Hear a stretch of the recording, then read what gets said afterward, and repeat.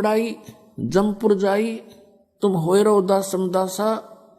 मान बढ़ाई में रहोगे तो काल के लोक में रहोगे। मान बढ़ाई छोड़ के परमात्मा में श्रद्धा बढ़ा के ज्ञान को आधार बनाकर इस सफर को तुम तय करो। बहुत आसानी से सफर तय होगा आपका और परमात्मा बहुत सहज मिलेगा।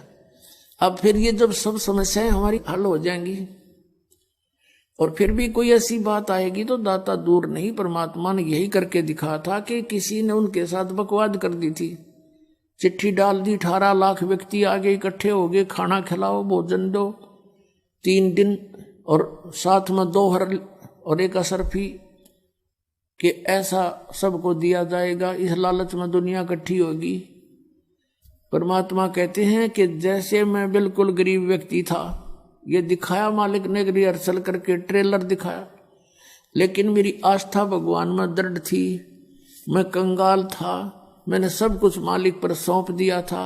कहते हैं सर्वस्व सौंप देत साहेब को काज जिन्हों के सरिया। जो सर्वस्व सौंप देते हैं मालिक पर, कहते हैं फिर दाता हाजिर खड़ा रहता उसके लिए। फिर ये दिखा के देखो मेरे लिए परमात्मा ने के स्वरूप बना लिया था। वो थे तो खुद ही, और के स्वरूप बना के देखो 18 लाख व्यक्तियों को 3 दिन तक भोजन भी दिए, 2 हर भी दे दी, कंबल और साथ में असरफी यानी 10 ग्राम सोना डेली प्रत्येक खाने के बाद दिया।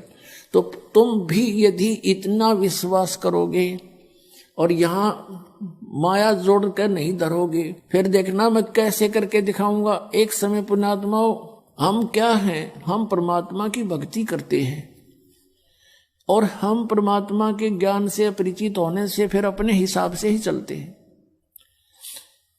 आदरणीय गरीबदास साहिब जी को परमेश्वर मिले थे कबीर देव जी,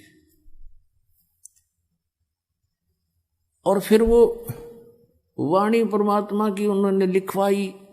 उस वाणी को पढ़कर बहुत से अनुयायी भी होने लगे गरीबदास साहिब जी के जाने के बाद।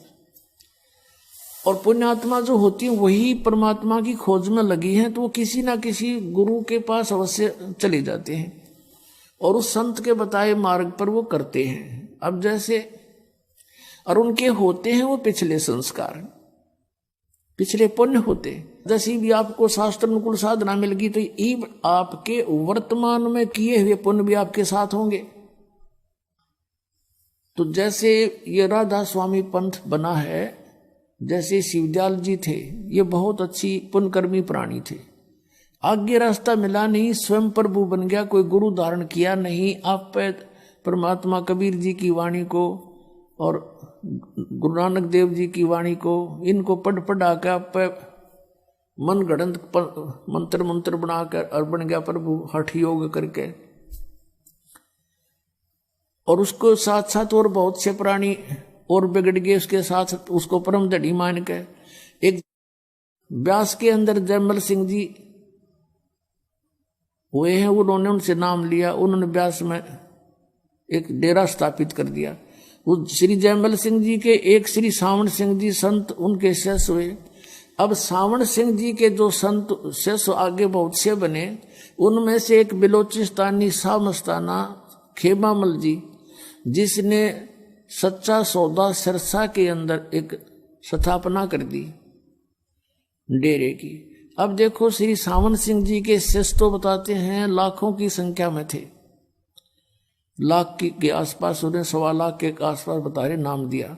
तो उनमें से ये खेमामल जी ही क्यों प्रभु बन गए? अलग से उसको कोई नाम देने का आदेश भी नहीं दिया, क्योंकि ये कैसे अपने आप में अलग से गुरु पद बना लिया। उसमें सिद्धियां भी थी, बहुत से उनके प्रमाण हैं कि औरों को उसने बहुत सी राहत भी दे दी, कुछ सुख भी दिए हैं। तो वो कैसे था? वो इसकी अपनी पूंजी थी, पिछले संस्कार थे इसके, पुण्य थे इसके, और अन्य लाखों थे वो ना पन पे ऐसे एकदम।